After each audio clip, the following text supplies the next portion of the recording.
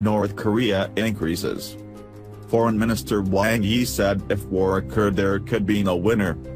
Mr. Wang's comments come as the U.S. voices increasing concern at North Korea's development of nuclear weapons and deploys a Navy carrier group off the Korean peninsula. China, North Korea's only backer, fears conflict could cause the regime to collapse and problems on its border. Mr. Wang said, "One has the feeling that a conflict could break out at any moment. I think that all relevant parties should be highly vigilant with regards to this situation. We call on all parties to refrain from provoking and threatening each other, whether in words or actions, and not let the situation get to an irreversible and unmanageable stage." Adding to Chinese unease, President Donald Trump said on Thursday that the problem of North Korea would be taken care of. "If China decides to help, that would be great.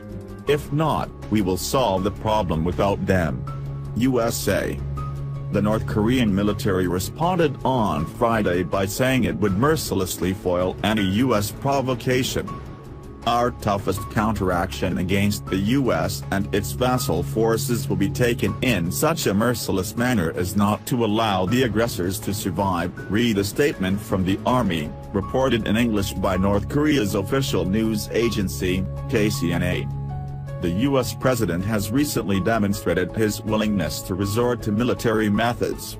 He ordered a cruise missile attack on Syria in retaliation for a suspected chemical weapons attack, and the U.S. military just used a huge bomb against so-called Islamic State in Afghanistan. Washington is concerned North Korea might develop the ability to launch a nuclear weapon at the U.S.